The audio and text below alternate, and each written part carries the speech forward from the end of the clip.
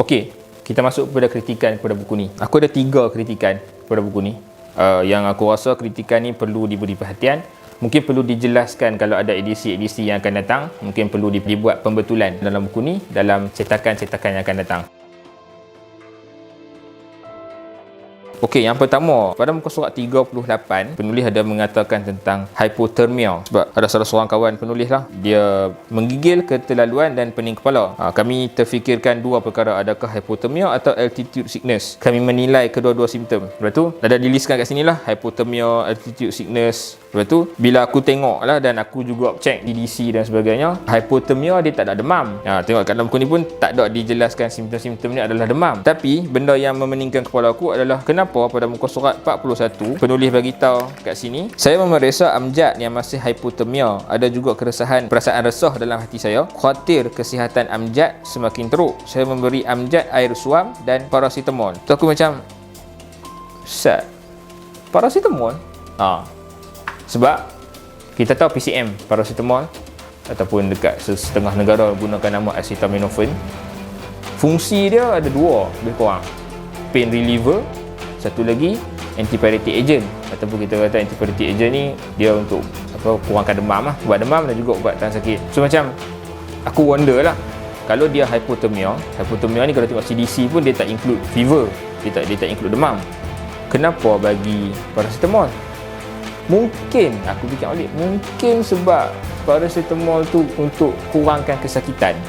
Mungkin. So aku kata dia mungkin sakit badan kot. Dia mungkin sakit badan dengar-dengar tu, that's why bagi paracetamol. Dan kalau tengok demam dekat dalam buku ni, muka surat tadi tu, muka surat 38, demam dekat dalam simptom altitude sickness. So benda tu je lah. Aku tak mempertikaikan ataupun nak kata penulis ni buat kepala tak erti pasal ni. Dah. Bukan itu maksud aku. Aku cuma tak boleh nak reason. Aku cuma macam fikir, kenapa dia ambil paracetamol? Kalau dah kata suhu badan dia rendah, hypothermia ni suhu badan jadi rendah, kenapa ambil paracetamol? Aku macam terfikir macam tu. Adakah sebab dia demam ataupun sebab dia sakit badan dan sebagainya? Mungkin, most probably dia sakit badan. Dia rasa macam tak kuat nak sihat. Okay. Yang tu pertikaian ataupun kritikan aku yang pertama lah. Lebih kepada persoalan, kalau macam sekadar macam penulis ni bagi tahu, dia sakit badan, that's why aku bagi Panadol, paracetamol dekat dia. Okay, fine, fair enough for me. I just want to know the indication, that's it. Okay, tu yang pertama.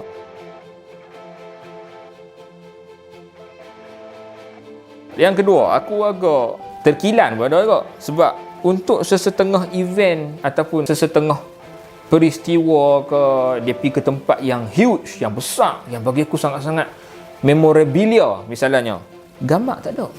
Aku macam, mana gambar? Uish, aku nak tahu lah benda ni macam best. Mana gambar? Macam tu. Okey, muka surat 25. Muka surat 25. Ni aku bagi sikit-sikit lah.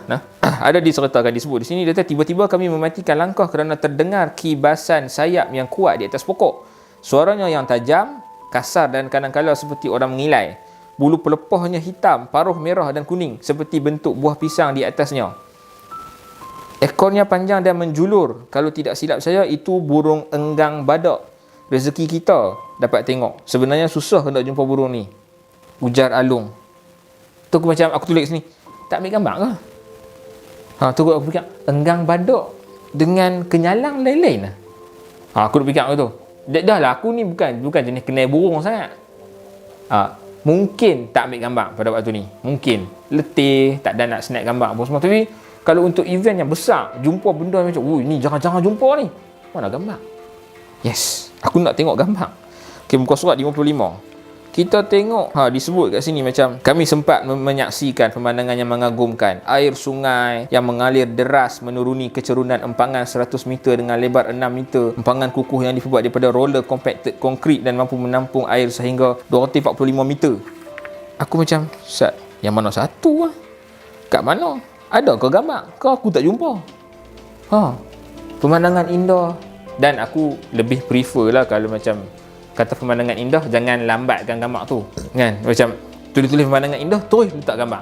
Macam okay, wow, this is indeed huge, this is indeed wow. Macam tu misalnya. Ni ada juga dekat muka surat yang sama. Beberapa kali terserempak dengan lelaki tua berketurunan orang asli, masih tegak dan tangkas. At least one picture, bayar. At least one picture. I want to see the orang asli. Kan, lebih kurang lah, lebih kurang. Aku tak mau ini bukan kritikan apa kata buku ni mengarut sebab tak buat gambar dah. Ada gambar, banyak gambar. Ada gambar. Jangan risau, tapi mungkin untuk aku kurang. Okey, muka surat 366. Cerita pasal ekspedisi mendaki Gunung Kinabalu. Bagi aku, ekspedisi ni ekspedisi yang besar. Tapi aku boleh katakan Gunung Kinabalu ni antara gambar-gambar yang kurang dalam ni. Banyak description. Memang ada pemandangan sekitar penalaban yang cantik. Yes, nampak awan-awan. Memang cantik. Tapi macam kebanyakan dia macam banyak description je. Sedangkan pada masa yang sama disebut kat situ muka surat 383 dengan 385 disebut berkeluar kamera model sekian-sekian, video sekian-sekian, ambil gambar, rakam video dan sebagainya. Kenapa tak include? Aku wonder kenapa tak include. Ataupun mungkin ini taktik penulis nak macam dia sembunyikan untuk tambah inquiry ke dan sebagainya lah. Wallahualam. Okey, tu antaralah beberapa benda dalam kritikan aku yang kedua. Okey, ini kritikan aku yang ketiga ni adalah antara kritikan yang paling besar aku bagi kepada buku ni. Yes, muka surat 435.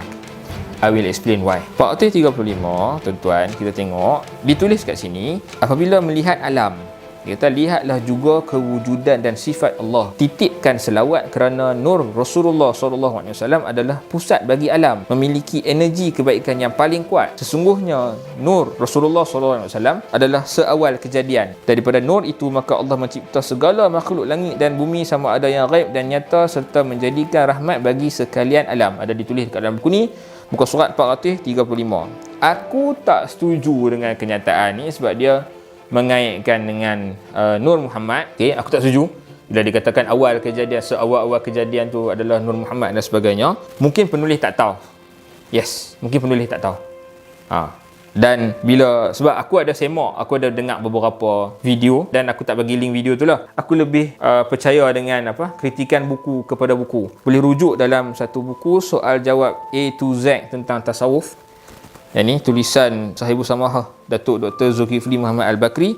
Waktu ni beliau masih lagi Mufti Wilayah Persekutuan Kuala Lumpur. Buku ni buku lama lah, tapi isu ni isu yang evergreen. Okay.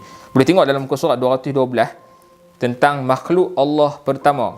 Soalan 144, benarkah Nabi Muhammad SAW ialah makhluk Allah Subhanahu Wa Taala yang pertama dan baginda diciptakan daripada cahaya? Ini antara persoalannya. Jawapan mula-mula kita bagi tahu dah, Dr. Yusuf Al-Qardawi ketika mengulas persoalan ini menyatakan bahawa hadis-hadis yang menyebut kononnya makhluk pertama dijadikan, tidak ada satu pun yang sahih. Oleh sebab itu terdapat hadis-hadis dalam topik ini yang saling bertentangan antara satu sama lain. Sebuah hadis mengatakan bahawa yang pertama kali diciptakan oleh Allah ialah pena. Hadis lain pula menyebutkan akal. Malah terdapat juga kisah penciptaan dalam kalangan orang ramai bahawa Allah menggenggam cahayanya lalu berkata, jadilah engkau wahai Muhammad. Selain itu ada juga sebahagian golongan yang menyebut selawat dan salam bagimu wahai makhluk Allah yang pertama, hingga kalimat itu dikaitkan dengan azan yang disyariatkan seolah-olah sebahagian daripadanya.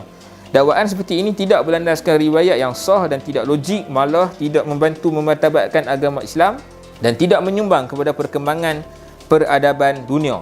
Kenyataan Nabi Muhammad SAW sebagai makhluk pertama Allah tidak pernah dibuktikan, dan seandainya terbukti sekalipun tidak mempengaruhi keutamaan dan kedudukannya di sisi Allah Subhanahu Wa Taala. Yes, ni antara kritikan yang bagi aku sangat-sangat besar dan perlu diluruskan dekat dalam buku ni, sebab Nur Muhammad tu bukanlah, ataupun kita kata Nur Muhammad ni dia bukanlah benda pertama diwujudkan. Kalau nak berbahas lebih dalam, mungkin kita perlu masuk kepada perbahasan Sufi Batini ke, kita masuk kepada perbahasan New Age Movement ke, kita masuk kepada perbahasan Wahdatul Wujud ke. Dan aku bukan ahli dalam bidang tu, rujuk dengan orang-orang yang pakar. Nah, itu sekadar pembacaan aku, sekadar kefahaman aku. Cikgu Haizan, saya terpaksa mengatakan benda ni lah, include, saya terpaksa masukkan poin ni dalam kritikan saya terhadap buku ni. All in all, aku bagi 4/5 bintang lah kepada buku ni. Sebab satu dari segi presentation dia cantik, typo kurang, grammatical error pun susah nak cari, susah nak jumpa, ayat sedap, letak gambar, susun duduk letak dia sangat-sangat cantik, proper dan sebagainya. Dan yang paling penting, paling best adalah perkongsian pengalaman dia yang sangat mahal. Dan bagi aku sangat-sangat bermakna lah. Okey, aku akan cadangkan hampa semua. Kalau nak baca buku ni boleh contact number kat bawah, contact link kat situ. Kita akan bagi nombor telefon ke, website dan sebagainya. Sokong Cikgu Haizan Rumsah, sokong penulis beli buku dia, baca dan alami sendiri pengalaman-pengalaman yang aku bagi tahu tadi tu. Dan faham sendiri kritikan tu kenapa aku sampaikan. Nah, wallahu a'lam. Jangan lupa book surgeon, analyze, scrutinize, criticize. Assalamualaikum warahmatullahi wabarakatuh.